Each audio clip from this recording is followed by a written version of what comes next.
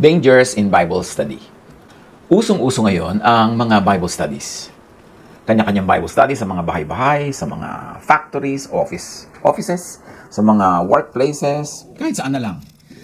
Nung araw, mga experts lang ang nagbabasa ng Bible. Pero ngayon, democratized, now everybody reads and everybody teaches and everybody studies. Napakalaking ganda niyan, maraming advantages. But when handled wrongly, pwede ring maging dangerous. Pwede ring merong mga disadvantages. So, dangers of and in Bible study. Yan ang pag-aaral natin ngayon. At ano ang mga pwedeng maging dangers at mga panganib, mga banta ng isang basta-basta pagba-Bible study? One is taking scriptures as all literal. Yung literal lahat yan, talaga authoritative lahat yan, dapat i-apply ang lahat-lahat. Dapat nating appreciatein ang background ng Bible. Scriptures were first orally recited in bits and parts. Kapra-kapraso lang. In prose, poetry, and song. Iba-ibang format. In maxims, sayings, para mga kasabihan, parang mga mumunting mga bits of katalinuhan, at in ancient styles. Therefore, full of metaphors and literary styles and conventions. In other words, scriptures were first orally recited in context. Merong bagay na okasyon, merong bagay na pagtitipon, at ang mga nagre-recite ito ay mga experts, mga oral sources, mga chanters, mga talagang bihasa sa tradisyon. At alam nila yung pinanggalingan ng mga nire-recite nila at alam nila kung kailan ito i-apply. Then, much later, itong oral traditions na ito were written down, then rewritten, redacted, edited, editorialized, etc., etc., ng mga generations to generations to generations. Then much, much later, translated, edited into versions, annotated, commentarated, etc., etc. Inimbento ko lang yung commentarated from commentary. So marami na ngayong may ideya kung anong ibig sabihin ng verse na yan, paano yan i-apply, at gumawa sila ng mga commentaries. In other words, pag binabasa mo ngayon ng scripture, maaaring ang layo mo na dun sa original context. Kasi nagsimula sa mga kasabihan na alam ng matatandang nakakasaulo nito kung kailan dapat sabihin, sa anong mga pagtutupon dapat pagpapin. Pagkatapos na nasulat ang sulat, ang layo-layo ng mga sumula. Dun sa sources ng nagsalita nito orally, at alam mo kung ano ang pinagsusulatan ng mga materials, pagkakabulok niya, i-rewrite, kopyahin, at pagkatapos, lagi itong subject to the influences of the powers that be. Kung kailan ginagawa yung kopya, kung kailan ginagawa yung mga translations. That is one danger. Imagine all the possible mistakes that could contaminate application. Okay, inspired ang original material, but there is no guarantee na inspired ang bawat pagsasalin-salin ito from mouth to mouth. Ang pagsusulat-sulat nito, pagkakopya-kopya, pagkatapos ang pagka-translate into various languages. Yung mga parts na yon, walang guarantee na inspired ang lahat. Kaya doon dapat nag-iingat at dapat nag-aaral. Another possible danger in careless Bible study is blind, indiscriminate application of infallibility, of inerrancy. Yung paniniwala na ang scripture cannot be wrong, that it is always right, that it is inspired, you apply that to the original material. Yung original na nadinig ng propeta mula sa bibig ng Diyos, at yung original na sinabi nila. Pero nung nagpalipat-lipat na yan ng mga labi, mga bibig, kwento-kwento, generation to generation, tapos sa translate pa, you have no guarantee na yan ang lahat ay infallible and inerrant. Yung original material, no problem with that, being treated as inerrant. Ang mga translations, iba-iba pa nga mga translations ngayon. So, kailangan nag-iingat. Therefore, reading, interpreting, and applying text out of context could be dangerous. Sabi ni Jesus sa John 5:39-40, you study the Hebrew Scriptures diligently because you think that in them you have eternal life. These are the very scriptures that testify about me, yet you refuse to come to me to have eternal life. In other words, yes, basa kayo ng basa, naniniwala kayo, nakakapulutan nyo yan ng aral, sa akin na nga nakaturo yan, pero ako ngayon, ayaw nyo pakinggan, ayaw nyo makinig sa akin, so hindi nyo naintindihan ang binasa nyo. Hindi nyo na i-apply correctly. The dead end in the Hebrew Scriptures point to Jesus the way, yet their readers, hearers, and believers reject Jesus as the way. Kaya kung isi-simplify natin sa isang visual illustration, Parang yung lahat ng law na yan ay yung mga pader ng templo. Papasok ka pero nakukulong ka lang sa loob. Wala ka mapuntahan. Dead end yung law. Pero yung law talaga actually, dapat ang ending noon, kung naiintindihan, tumuturo kay Jesus. Ma-realize mong dead end ito, I have to find a way. And Jesus is that way, na sa ating illustration na isang parang pinto na pwede mong labasan, palabas sa templong dead end, papunta sa buhay na walang hanggan, patungo sa Diyos. Kaya Jesus is the way. Pero gaano karami sa nagbabasa ng law, sa nagbabasa ng scripture, ang nakakarating sa puntong ma-realize nila na, si Jesus ang hinahantungan ng lahat, kay Jesus pumupunta ang lahat, at kay Jesus tayo ngayon pumunta. Nasidan na marami ng mga nagturo dyan, nagsalita na maaring napaka-inspired at bagay sa kanilang panahon, pero hindi ganun ka-universal ang lahat, kaya dapat suriin at salain ang lahat ngayon kay Jesus, because Jesus is the way. Ang pag-aaral nyo ng scriptures, kumbaga sabi ni Jesus, ay mali ang bunga. Ang nagiging hadlang para makita nyo ang liwanag na walang iba kundi ako. Ang pag-aaral nyo ng scriptures ay nagbubunga sa inyo ng masamang ugali. At totoo naman, marami ngayon, pag nagba-Bible study, sumasama pa nga ugali. Sumusungit, nagiging judgmental, self-righteous, nagiging mapaghiwalay sa kapwa, etc., etc. So sinasabi ni Jesus in a manner of saying, ang pag-aaral nyo ng scriptures ay nagbibigay sa inyo ng takot. At yan ang same effect today. Kaaaral ang nagiging focus, matakot, ipinapanakot ang Diyos, ipinapanakot ang scripture. Sabi ni Jesus, ang hanap nyo eternal life, di sa akin kayo pumunta. Kasi obviously, pag binasa nyo yung scripture, pag binasa nyo yung law, sasabihin nyo, paano yan? Saan kami dadaan? Puro dead end ito. Imposible masunod lahat. At maisip nyo, si Jesus ang daan. Siya ang kumalag ng mga tali ng law para tayo makawala. But much of reading scripture out of the Jesus context promotes fear. Often misunderstood and misused ang verse na 2 Timothy 3:16. Yung all scripture is God-breathed and is useful for teaching, rebuking, correcting, and training in righteousness. So, i-apply mo ngayon kahit ano na lang. Nakita mo si Noah, pinagawa ng sasakyang pantubig, gawa ka rin kasi all scripture is God-breathed. Nakita mo na sinira ni Gideon yung mga rebulto sa kanyang barangay. So, sisirain mo rin yung rebulto sa barangay mo. Hindi naman ikaw si Gideon, hindi naman ikaw yung inutusan. This is the danger of treating all the verses as all applicable, all inerrant, and all universal. Reading, interpretation, and application must also be God-breathed. Hindi lang yung text, pati pagbabasa mo, pag-i-interpret mo at pag-apply, dapat inspired pa rin. Therefore, para makatiyak ka na yan na inspired, dapat Jesus filtered. Dumaan kay Jesus. Because Jesus is the culmination of all the law. Jesus is the way. Jesus is the personification of all the truth about the Father that should be known by people. Galatians 4:4-5. But when the right time came, God sent His Son. God did this so that He could buy the freedom of those who were under the law. So yan ang dahilan kung ba't ipinadala si Jesus, para mapalaya ang mga tao sa bondage to the law. John 1:14, the Word became a human being and lived here with us. From Him, all the kindness and all the truth of God have come down to us. Hindi kasi naipakilala ng tama ang Ama, ang lahat ng kanyang kabutihan. Ang ipakilala lang yung mga strictness, yung mga laws, yung mga parusa na bagay sa panahon nila noon pero hindi laging bagay sa lahat ng tao, sa lahat ng panahon. Kaya ipinadala si Jesus para ituwid ang mga misconceptions of the universality of all those laws. Making verses the be-all and end-all of all things, kahit out of context ang application, kahit disadvantageous and harmful ang application, yun ang isang danger of a careless Bible study. Deuteronomy 5:1-3. Moses called together the people of Israel and said, so let's stop reading there. So sino tinawag ni Moses? The people of Israel. So alam mo na ang sasabihin ni Moses ay para sa people of Israel, hindi para sa iyo. Ikaw ba yun? Para sa kanila noon, hindi yun para ngayon. Mali naman, isipin mong lahat ng nangyari at sinabi noon ay para sa lahat ng tao, sa lahat ng lugar, sa lahat ng sitwasyon. Yun ang danger ng taking scripture out of context. So Moses called together the people of Israel and said, today I am telling you the laws and teachings that you, sino? The people of Israel, must follow.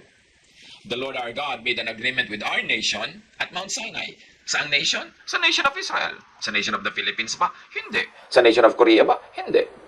That agreement wasn't only with our ancestors, but with us who are here today. So alam mo na yung sinasabi ni Moses para sa mga Israelites na nandun at natitipon sa oras na yun. So again, itatanong ko sa sarili mo, ikaw ba ang kausap? Kasali, kasama, sangkot ka ba sa usapan? Sa context nila, sila lang doon at noon ang kausap. Bakit?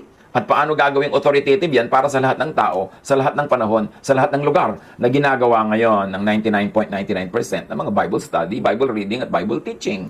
Yung usapan ni Moses noon at ng mga Israelites, ina-apply nila sa atin ngayon, nasasali tuloy tayo sa mga bawal, nasasali tayo tuloy sa mga utos, nasasali tayo sa mga parusa. Hindi naman talaga yun ang context. We should note that the Torah and all the books that comprise the Hebrew Scripture is exclusively for ancient Israel's use. Kanila yan.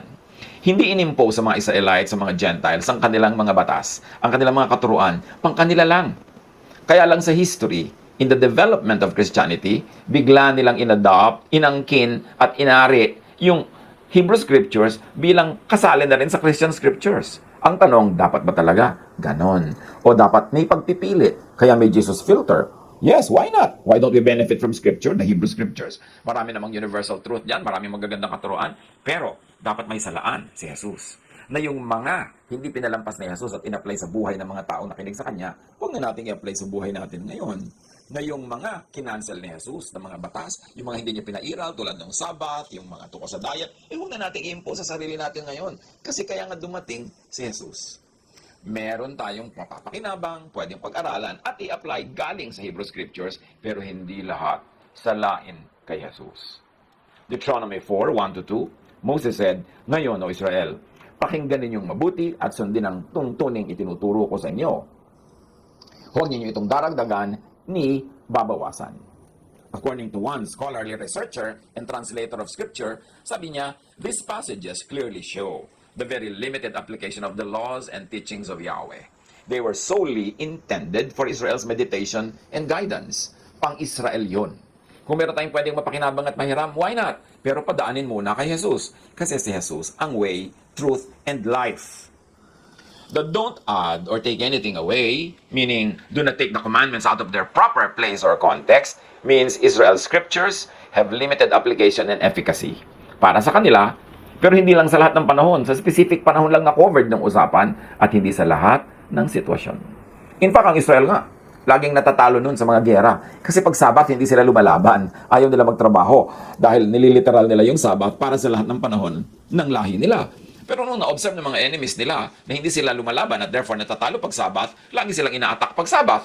So yung ancient Israelites mismo ay nagpasya na huwag i-apply yung Sabbath law when they were at war. So, kinontextualize din nila, hindi nila universalized para sila ay makinabang sa magandang bunga noon at hindi sila umani ng hindi magandang bunga because of misapplication. Another danger of and in Bible study is ignorance of text and context. Pagka nireview natin yung character ng scripture, ng Hebrew scripture, kahit kasama ang Christian scriptures or New Testament, gaano kalawak, kalalim, kataas, katama ang pag-unawa sa 8,679 distinct Hebrew words and 2,000 distinct Hebrew roots. And even that, meron pang contest about the details. Gaano nating naiintindihan ang 783,137 New Testament 16th century English words sa King James Version? Gaano karami natin naiintindihan yung ancient Hebrew, Aramaic, and Greek languages? So world history, culture, literature of the approximately 1,500 years when the scriptures were written and compiled, gaano kalaki ang naiintindihan natin at alam? How much do we know of the 66 books in the official list of the Bible recognized by Protestants or evangelicals? Gaano natin naiintindihan ang lahat ng 1,189 chapters, 31,102 verses? Gaano natin naiintindihan the Christian scriptures or the New Testament with 783,137 English words sa King James Version? How much do we understand the original documents that were written in 3 languages, Hebrew, Aramaic, and Greek? How much do we know about the number of books in the official Protestant Bible? 66. The chapters, 1,189, and the verses, 31,102. Really? Gaano kalaki ang naiintindihan natin at alam sa Bible? Para ituro ito, i-impose, kahit disadvantageous, kahit masakit ang bunga, kahit mahirap, kahit nakakapagpabigat ng buhay, dapat nating reviewin. Naiintindihan ba talaga natin? O yung alam lang natin na yung nabasa natin sa nabili natin sa bookstore, nabasa natin sa ibinigay sa ating libro, nadinig natin sa isang seminar. Yung mga iba nag-aral, okay, nag-aral, 2 linggong seminar, teacher na talaga. Kahit mga 2 taon na course, teacher na talaga. Kahit 4 na taon. Kahit na may bachelor's degree, master's degree, at mga doctorates, talaga, how much do we know? Kasi pag naging doctor ka of scripture, it means nag-aral ka ng 2 taon, ng 3 verses lang, wala ka nang ginawang pag-aralan, kundi yun lang. So ang lalim-lalim ng pag-unawa mo sa verse na yun, pero habang lumalalim ka doon, ang dami ng verses na hindi mo nahipo, ni hindi mo na pag-aralan, kasi naubos sa pagdadalubhasa sa 1 o 2 verses. So paano mo talaga ituturo with authority? Hindi naman natin ibig sabihin na huwag na tayo magturo dahil kulang ang alam natin. Yes, magturo tayo. Maganda yan. Manalangin tayo. Humingi tayo ng divine revelation. Gumamit tayo ng scholarship, ng scientific knowledge about Scripture and what it says. But, magdahan-dahan tayo sa pag-claim ng authority. Magdahan-dahan tayo sa pagiging dogmatic. Kasi nakataya ang buhay ng mga tao. Minsan nakataya ang kanilang pag-ibig. Nakikialam tayo kung sinong iibigin nila dahil may hawak-hawak ang verse. Nakataya ang kanilang profesyon. Nakikialam tayo kung anong pwede nilang gawing trabaho at hindi. Nakataya ang kanilang finances. Ang itinuturo ba nating sacrifice and poverty, yun talaga ang ibig sabihin noon at ngayon din? Naintindihan ba talaga natin? Yung ating paghihimasok sa mga buhay ng nakikinig sa ating mga pagtuturo, pagdidikta natin sa kanilang gagawin, paghuhusga natin sa mga hindi nakakatupad, sa tingin natin ay dapat matupad, all the unkindnesses, mga batuhan, naintindihan ba talaga natin? Mag-aral, yes. Pero dapat ang pag-aaral, ang maging bunga sa atin ay kabaitan, pag-ibig, katapatan, pagmamahalan. Hindi yung paghihiwalay, pagbabatuhan, pagkakagalit. Kasi, ano naman ang mali mo kung mali pala yung reading mo? Ngayon, halimbawa, mali ang reading mo, ang naituro mo love, forgiveness, kindness. Don't tell me na papagalitan ka ng Diyos dahil masyado kang kind, masyado kang forgiving, masyado kang loving. So kung magkakamali tayo, let's err on the side of love, err on the side of kindness, of grace and goodness, because that is the sign of Jesus.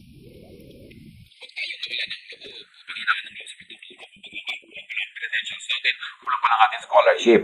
Pero huwag tayong maging dogmatic. Lalo't kung ang magiging bunga ng pagtuturo natin ay magsasakripisyo yung tao, dudugo, mahihirapan, masasakal, makukulong, mapipigil, masisikil. Magdahan-dahan tayo. The Jews do not consider the New Testament as part of Scripture. So pag sinasabi natin, ay, Israel, Jewism, Judaism, hindi nga nila kinoconsider yung New Testament or yung Christian Scriptures as part of Scripture. So you see, napakalaki ng difference ng attitude agad. So bakit naman natin pilit isinasali sa ating mga katuruan lahat-lahat ng Jewish traditions? Sila nga, hindi nila tinatanggap ang Christianity. The Jews do not call their Scripture Old Testament kasi hindi nila kinikilala yung New as if there was a new one. Pag tinawag natin ngayon yung scripture na old at saka new, parang isa lang yun. No, hindi siya isa. Iba ang Jewish scriptures sa Christian scriptures. May commonalities, merong nasi-share na mga common teachings, merong mga nag-agree, pero ang daming disagreement. Now, to call the Jewish scriptures Old Testament and to call the Christian scriptures New Testament, meron yan na meron yang trick. Meron niyang konting deception na parang yan ay iisa lang, old and new lang parts. No, magkaiba. Kaya hindi tinatanggap ng Jews ang tinatawag nating New Testament o Christian Scriptures. So sa pag-i-implement ng mga Jewish teachings, ng teachings ng Hebrew Scriptures, doon lalong mag-ingat. Kasi dapat salain na kayo sa hindi papasalain sa teaching ng Jewish Scriptures. Ng Old Testament, hindi na tayo dapat mag-bigyan na ilan sa ating buhay. Ay, kasi doon. Kahit sa New Testament, maraming teachings ng Jewish. Kasi maraming old-fashioned Jewish people na naging Christian noong 1st century up to the 3rd century. At pilit nilang ikinigiit yung dating mga Jewish traditions ipasok sa Christian teachings. At maraming hidwaan yan, yung si James and Paul, si Peter and Paul, yung mga, kahit sa New Testament, sa Book of Acts, kaaway-away sila dyan, kung anong gagawin nila sa Jewish teachings. At kahit sa Revelation, makikita mo yung thrust ng buong theology ng Revelation, pro-Jewish na naman. Ibinabalik na naman niya ang lahat ng mga loyalty ng mga believers into the Jewish traditions. So, kitang-kita yung pagbibigay na naman ng luwalhati sa ancient Israel, sa system, sa mga parusa, sa mga laws, ang linaw niya sa Revelation. So, dapat re-reviewhan mo yung Revelation, palampasin mo rin yun kay Jesus. I-filter mo rin kay Jesus, kahit nasa New Testament na siya. At lahat ng mga letters, mga epistles sa New Testament, salain pa rin kay Jesus. Kasi marami pa rin diyang teaching na hindi papasa sa teaching ni Jesus. Yung mga sobrang culturally attuned only to the Jewish traditions, yung mga napaka-unkind to women, to minorities, dapat lahat yan salain. Kaya dumating si Jesus to set us free from the law. Pero even in the Christian church, nag-backslide, nagbalikan yung maraming laws. That's why Jesus is the measure of all things. Jesus is the Son of God. And in the name of Jesus, every knee will bow, every teaching will bow, every doctrine will bow in heaven, on earth, and under the earth. The Bible informs the tradition of three major world religions: Christianity, Judaism, and Islam. Especially the Old Testament, so-called. So, kita nyo, ang daming pagkakaiba niyan ng Christianity, ng Judaism at Islam, pero lahat nagro-root sa Jewish scriptures. Kaya lalong mahalagang maintindihan yung cultural, historical values ng mga katuruan doon at masala ang lahat kay Jesus bago lulunin buo at i-apply blindly. The Bible, a library of literature full of allegories, symbolisms, time and place specific and culture specific flavors, could only be correctly understood in context. Mahalaga maintindihan ang history, culture, literature, even the psychology, the psychiatry of all the historical periods governed by Scripture. How could any scholar, any so-called theologian, how could anyone correctly, fully, and inerrantly understand and teach them? This is not to discourage us from teaching and learning, but it's only a caution not to be dogmatic, especially if the application is unkind. How could anyone be dogmatic?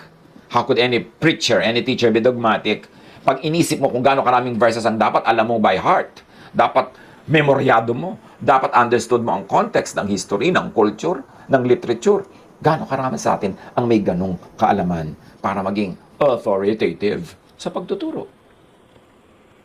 1 Corinthians 13, 9 and 13, sabi ni Paul mismo, "For our knowledge is imperfect, and our prophecy is imperfect." So faith, hope, love abide, these three, sabi niya. But the greatest of this is love. Kaya dahil hindi naman tayo mga experts, at kahit yung mga experts are experts lang only on a small thing and ignorant on everything else, kasi hindi naman nila pwedeng pag-aralan lahat, kaya imbes in perfect knowledge and dogma at pagpilitan natin, love na lang. Rest and peace na lang. Yun ang maganda kasi ang bunga sa atin. At yun ang gusto ni Jesus. Sabi niya, "Come to me all of you who are tired and heavy laden, and I'll give you rest. My yoke is easy, my burden is light." And Jesus came to set us free. So dapat ang bunga ng pagbabible study, whether or not perfect ang ating scholarship, at siyempre imperfect yun, ang bunga niyan, kapayapaan, pagmamahalan, pagtanggap sa isa't isa, pagtutulungan, pagbabagong buhay, patuloy na pag-aayos ng lahat. Pero ang simula, acceptance, love, restoration. Hindi dapat ang ending ay rejection, pagtitiwalagan, pagtatakwilan at pag-aaway-away. Yan ang style ng Pharisees. Ecclesiastes 12:12, sabi ni Solomon, "The wisest man ever, too much study will make you very tired." And this is what happens sa aral ng mga scriptures na talaga namang nakakapagod isipin. Kaya pag may 10 theologians ka pinakinggan, 10 iba-ibang turo yan. Pag may 10 preachers, iba-ibang interpretation yan. Hilong-talilong at litong-lito ang nag-aaral. Again, caution against dogmatism. Dapat tentative. At kung magkakamali, err on the side of love rather on the side of anger, hatred, and rejection. Another danger in Bible study is that the teacher is underinformed on the historical, cultural, and literary context of the verses being studied and taught. Okay, let's say, gumraduate ka ng elementary and high school. Pagka-graduate mo, gaano karami talaga ang naintindihan mo? Lalo kung ang grade mo 75.1. At sa naintindihan mo, kahit ang grade mo pa 90, 95, gaano karami namang natandaan mo 5 years later? Let's say, natapos ka ng college. Gaano karami talaga naintindihan mo? Ilang beses na absent ka doon? At sa mga naintindihan mo, gaano karami ang natandaan mo? Let's say, nagkaroon ka ng master's degree, ng PhD. Gaano karami pa rin sa mga pinag-aralan mo at sinulat mo mga thesis ang naiintindihan mo talaga at natatandaan mo 10 years later? Isa lang ang conclusion. Our knowledge is imperfect. Our prophecy is imperfect. What we know is little. What we do not know is immense. So, huwag dogmatic.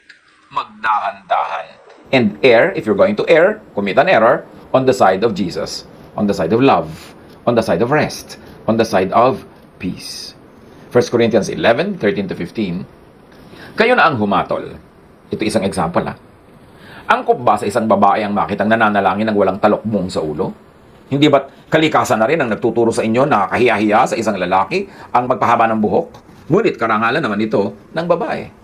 So this is Pauline. Sabi niya, sapagkat ibinigay sa kanya ang buhok bilang pantakip sa kanyang ulo. In other words, this teaching is uniquely Pauline. Hindi ito binanggit ni Jesus. Bakit ito binabanggit ni Paul? Hindi natin alam kung ano ang context sa Corinth na kailangan niyang idiin ito. Of course, many scholars believe that because prostitutes in Corinth cut their hair short to advertise their trade. And maraming former prostitutes nasa church na short pa rin ang hair, napagkakamalang prostitute, or worse, prostitute pa rin. Kaya tinuturo ni Jesus yung pagpapahaba ng buhok. Pero Corinth ang kausap niya, hindi naman lahat ng church sa buong mundo, sa lahat ng panahon, sa lahat ng culture. Again, contextualization is important. Hindi ko mo nakita mo na verse doon, i-apply mo sa lahat ng tao. This is the danger that the teacher is ignoring context. Napulot niya sa Bible na sinulat thousands of years ago para sa specific people, specific need and use, tapos i-apply niya ngayon kahit oppressive, kahit nakakadugo, kahit nakakasugat. Exodus 24, verse 3, halimbawa. Lahat ng inutos ni Yahweh ay sinabi ni Moises sa mga Israelita. Ang mga ito na may sabay-sabay na sumagot, lahat ng inuutos ni Yahweh ay susundin namin. O sila yon. Kasali ka ba doon? Lahat ba talaga ng utos sa Leviticus i-apply mo sa buhay mo ngayon? Kasali ka ba sa usapan? Israelita ka ba na nabuhay noong unang panahon? O ang pag-tuturo natin at pag-apply ng Bible ngayon ay magiging dahilan ng sobrang needless hirap, sobrang needless na pagkakaaway-away, mga pagsasakripisyo at paghuhusga sa isa't isa. Pagkakawatak-watak ng mga pamilya at mga magkakaibigan. Tama ba yun? Of course, another danger in a Bible study is the agenda of theology of the teacher. Because the teacher has a sectarian theology and application. May nagsugo dyan sa teacher na yan. Isang church, isang school, isang grupo, at meron silang specific interpretation, may specific mission, at may specific agenda. Gagamitin ngayon yung Bible study to win converts, not only to believing in God, but also to becoming members of their group and to becoming warriors in their many wars with other religious groups. Acts 15:1. May dumating doon na ilang tao mula sa Judea at nagturo sa mga kapatid. Kapag hindi kayo nagpatuloy ayon sa kaugaliang itinuturo ni Moises, hindi kayo maliligtas. O kita nyo yon? Ang aga-aga pa lang, nandun pa yung mga disciples, buhay pa silang lahat, may nagtuturo na within the Christian communities na kailangan magpatuloy according to the law of Moses. At eto hindi ka na maliligtas pagka hindi ka tuli. Pag in-apply mo yan ngayon, gano'ng karaming dapat mong tuliin among the people in the West na hindi naman mga Pilipinong hindi nagpapatuli. O di hindi sila ligtas kasi hindi sila tuli. Ganon ang danger pag in-apply mo yung verses na hindi mo sinasala kay Jesus at hindi mo sinasala sa context ng kultura. Another danger is promotion of one's group over others. At ganyan ang nangyayari ngayon. Yes, I love my group, but I hate the others. There is love in our group, but there's warfare with the other groups. Also, people na who believe in Jesus. Acts 15:5. Ngunit tumayo naman ang mga ilang mananampalatayang kabilang sa pangkat ng mga Pariseo at kanilang sinabi, kailangang tuliin at utusang tumupad sa kautosan ni Moises sa mga hentil na sumasampalataya. So yung mga Gentiles gusto nila i-convert to Judaism before they could become Christians. This was happening within the Christian community, remember? Kaya nag-backslide yung church into a lot of Jewism kahit buhay pa mga disciples. And in the last 2,000 years, ang daming backsliding na ginawa ng Christian churches pabalik sa law. Kaya dapat again, suriin ang lahat sa love, sa grace ni Jesus. Another danger is that the teacher merong personal or personality-based agenda in interpretation in application. 1 Timothy 6:3-4. Kung nagtuturo ang sino man ng ibang katuruan at di sang-ayon sa mga tunay na salita ng Panginoong Hesukristo at sa mga aral tungkol sa pagiging makadiyos, siya ay nagyayabang ngunit walang nalalaman. Sakit na niya ang manuligsa at makipagtalo tungkol sa mga salita. Bagay na humahantong sa inggitan, alitan, kutyaan, at masasamang hinala. So nung pa man, sa panahon nila, sinusulat pa lang yung magiging New Testament natin, kitang-kita mo ng mga hidwaan. Kasi kanya-kanyang agenda ang mga teacher, lalo na ngayon. Another danger in the Bible studies, religious cultural colonization or personal imposition of and by the teacher. Kita nyo, nung dumating ang American brand of Christianity sa Pilipinas, hindi lang Christianity ang tinanggap ng mga naging protestante at mga naging evangelicals, tinanggap din nila ang Americanism. Nung dumating ang Catholic brand of Christianity sa Pilipinas, hindi lang tinanggap ng mga tao si Jesus, tinanggap din nila ang Spanish brand of Christianity. So pwedeng sa pagdadala sa atin ng mga salita mula sa Scripture, kakambal kasama sa packaging yung culture, yung beliefs, yung lifestyle ng missionary, ng teacher. Doon tayo mag-ingat. Kasi kung hindi mo siya kakamukha sa culture, hindi mo siya kakamukha sa history, maaaring maging yung style lang niya ang i-impose sa'yo, masikil yung sarili mong kultura, sarili mong pagkatao, sarili mong mga kaugalian, hindi ka mag-enjoy or baka mag-suffer ka pa sa pagsunod sa mga katuruan na yan. Kaya nga tayo ay nagturo ng cultural redemption. Yung bang Pilipino ka, di Pilipino ang tugtog, tradition mo ang gamitin mo sa pag-aaral, pagtuturo at pag-appreciate ng mga katuruan ni Jesus, pero hindi mo kailangang kopyahin yung kultura ng missionary. Hindi mo kailangang kopyahin yung kultura ng bansa na pinanggalingan ng binasa mong libro. Dapat meron kang filters. May salaan ka. The Jesus filter for doctrine and the cultural filter for the cultural and material aspects of the faith. Hindi kailangan maging 16th century English ang pagbabasa mo ng Bible lang dahil yun ang hawak ng misyonaring dumating. Pwede mong basahin yan sa kanyang mga translations. Sa Bicolano, sa Hiligaynon, sa Tagalog, sa Waray. Kasi yung spirit no na mahalaga, hindi yung language. So, may cultural redemption at may Jesus filter na itinuturo natin noong panahon ng Hapon. Talagang wala na tayong ginawa, nagkamalat-malat na tayo katuturo niyan. Kasi mahalaga yan sa responsible understanding of Scripture and responsible teaching of it. Galatians 1:6-7. Nagtataka ako kung bakit kay dali ninyong tumalikod sa Diyos na tumawag sa inyo sa pamamagitan ng kagandahang loob ni Kristo. May mga nanggugulo sa inyo at nagsisikap na baguhin ang magandang balita ni Kristo. Galatians yan, sinulat ni Paul. Kasi yung mga tinuruan niya na maniwala kay Jesus, na pinalaya na ni Jesus sa mga tao sa law, biglang may mga dumating na teachers ng law, mga Christians na Jewish ang kanilang orientation, at pinipilit nila ang mga taong bumalik sa law, kaya galit na galit si Paul. Hanggang ngayon, marami pang ganyan. Ginagawa nila uling Jewish ang mga Christian. Pag nag-fellowship ang Jew at Christian, yung Christian nagiging Jewish, yung Jew hindi nagiging Christian. Obserbahan nyo yan. Another danger of Bible study is dogmatism of the teacher and the institution. Yung sinabi nila, yun na yun. Wala nang ibang pwedeng sabihin, wala nang ibang pwedeng tama, yung kanila na lang. At yung mga followers nila, ito ang motto, God said it, I believe it, that settles it. Pero ang ibig sabihin nila doon ng God, yung scripture o yung verses na maaaring ang translation nun ay hindi inspired, maaaring ang interpretation nun ay hindi inspired, ang application ay hindi inspired, pero nando lang yung text, buong kabulagan na nilang lululunin without review. Sabi niya, God said it, I believe it, that settles it. Ibig sabihin, wala nang usapan, wala nang pag-aaral, basta kailangan sundin. Truth should never be afraid of examination, of scrutiny, because the light will always be light kahit anong darkness ang itapon mo dyan. Yung natatakot na they will not pass the scrutiny, yun ang nagpipilit na, basta, wala nang usapan, kasi alam nila na may weakness ang argument. Acts 15:1-2. May dumating doon na ilang tao mula sa Judea at nagturo sa mga kapatid, kapag hindi kayo nagpatuli ayon sa kaugaliang itinuturo ni Moises, hindi kayo maliligtas. O ilang beses na natin kinotang scripture na ito. Kasi ang linaw, na panahon pa lang nila, ibinabalik na nila si Moses. Mahigpit itong tinutulan ni na Pablo at Bernabe at naging mainita ng kanilang pagtatalo. Yung sinoon pa, nag-aaway-aaway na sila tungkol dyan. So ngayon, dapat clear sa atin, Jewism yata ipinapasok mo. Well, it belongs to the Jews. It's good for them. We will not argue with that. Pero kailangan mong ipasok yan sa Christianity. Yun ang dapat pag-aralan. 1 Corinthians 1:12, ito ang tinutukoy ko. May nagsasabing, kay Pablo ako. May nagsasabi namang, ako kay Apollos. May iba pa rin nagsasabi, kay Pedro, ako. At may iba namang nagsasabi, ako ay kay Kristo. So, nung pa man, kanya-kanya na silang sinusundan. Kanya-kanya na sila ng interpretation, kanya-kanya sila ng mga kasektahan na hanggang ngayon, minana natin, kaya watak-watak ang katawan ni Jesus. Pag sinuri natin ang kasaysayan, Romanism has many idols or icons na allergic ang mga Protestant. Ang influencers sa Romanism are priests and rituals. At ang franchise nila, sacraments. Sila lang ang pwedeng gumawa nun. Sa Protestantism naman, yung evangelicalism, ano ang idols? Meron din, akala nyo walang idol ang Protestants? Verses. Kung pwede lang i-procession ang verses, kung pwede lang dapaan at sambahin ang verses, yun ang gagawin.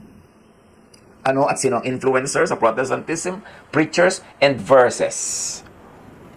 Kaya mas hiwa-hiwala yung mga Protestantism at saka ang mga evangelicals. Kasi kung gaano karami preacher, gaano karami ang shades of meaning, gaano karami ang mga sekta at grupo-grupo. Hindi unusual na for the same group na maghiwa-hiwalay, maging 4-5 sila over the times. Kasi iba-iba ng pagbabasa ang kanilang mga teachers. Ano ang franchise ng Protestantism? Hermeneutics and theology. Yun lang mga aral, mga bihasa, mga experts nila ang pwedeng mag-interpret niyan. So you see, paulit-ulit lang ang kasaysayan. Mula nung panahon ng mga propeta sa Old Testament na itinatakwil ni Yahweh, sabi niya, hindi ko kayo propeta, iniimbento niyo teaching niyo. Hanggang mga Pharisees na itinatakwil ni Jesus, sinasabi niya, ako, iniimbento niyo mga teaching niyo, hindi ang teaching ng Diyos. Hanggang ngayon, takwilan ng mga teachers at mga preachers. Kasi kanila sila. verse-based. There are as many theologies as verses on the same topic. At makikita niyo sa Bible, on the same topic, ang dami-daming iba-ibang verses na iba-iba rin ang sinasabi nila on the same topic. Kasi iba-iba yung nagsabi, yung nagsulat, at context. Because verse-based, there are as many theologies as translations and versions of Scripture. Of theological schools and theologians, there are as many theologies as sects o mga sekta, and as many preachers. Kaya ang gulo. Ang mahalaga, mga kapatid. Huwag tayong ma-discourage mag-aral, lalo tayong mag-aral. Pero manalangin. Magnilay-nilay. Mag-aral ang mabuti. Mag-isip, manuri. Use the Jesus filter of love and peace. Lahat ng katuruan sa Jewish scriptures called by Christians the Old Testament, although the Jewish scriptures and the Old Testament are not one-to-one, hindi siya exact ng laman, magkaiba rin. Manuri, salain sa Jesusness. Ang master natin si Jesus at katuruan ni Jesus para maihambing natin, maitumbas, maasala sa turo ni Jesus ang lahat ng turo sa Hebrew Scriptures at turo sa Christian Scriptures called New Testament. Sa New Testament man, maraming Jewish teachings sa sumingit. Kaya kailangan salain pa rin kay Jesus. Anong gagawin natin? Pag tinitingnan natin yung illustration ng Jesus filter, lahat ng un-Jesus teachings, hindi sangayon sa teachings ni Jesus, kontra sa teachings ni Jesus, ilagay na natin sa file, sa library, reference. Marami rin tayong pakinabang dyan para malaman natin kung ano mga nangyari noon, paano nila in-apply, pero hindi kailangan mo ngayon dogmatically i-apply today kasi dumating na si Jesus. Yun lang pasado kay Jesus, ang dapat pasado rin sa atin as matter of strict importance. Use God-given sense sa pag-aaral. Kasi kung minsan may pag-aaral, may teaching, may nadinig ka, pero pag in-apply mo, alam mo, magiging cruel ka, magiging unkind ka, magiging unloving ka. Use God-given sense. Listen to your conscience. Listen to your heart. May mga sarili ng tubulang na tinatakulang anak dahil sabi ng Diyos, ganito, ganito, nadinig na sa preaching nila sa church, dapat itakwil mo yan dahil ganito, ganyan. So sarili naman at dugo itatakwil. Pero every single son, your body tells you na hindi yun tama. Pero sinusunod yung doctrine, yung theology, hindi yung spirito, hindi yung puso. Sabi ng Bible, sabi ng Diyos, I'm going to take away your heart of stone and give you a heart of flesh. So sa pagbabasa ng scripture, ang basahin natin yung that which is written, the law that is written in the heart. So Jesus, ang Holy Spirit na nagsulat. Hindi yung law that is carved in stone ni Moses na nagbabato, bumapatay, nagbabato, nagtatakwil kasi yun ang kailangan ng panahon nila na hindi na yun applicable dapat sa ating panahon. Reject un-Jesusness. Practice your own judgment. Huwag mong sundin dahil sabi ng preacher o teacher o sino man. Use your heart and reject un-Jesusness and follow only Jesus. Hanapan ito ng mga application sa ating pag-araw-araw na pag-aaral. Huwag kayong ma-discourage sa pag-aaral. Huwag kayong ma-discourage sa magturo. Lalo tayong mag-aaral, lalo tayong magturo. Pero may malinaw na commitment to Jesusness. At salain ang lahat sa Jesus filter para tayo makatiyak na ang application natin magiging loving, kind, and restful, which is the mission of Jesus. God bless us all.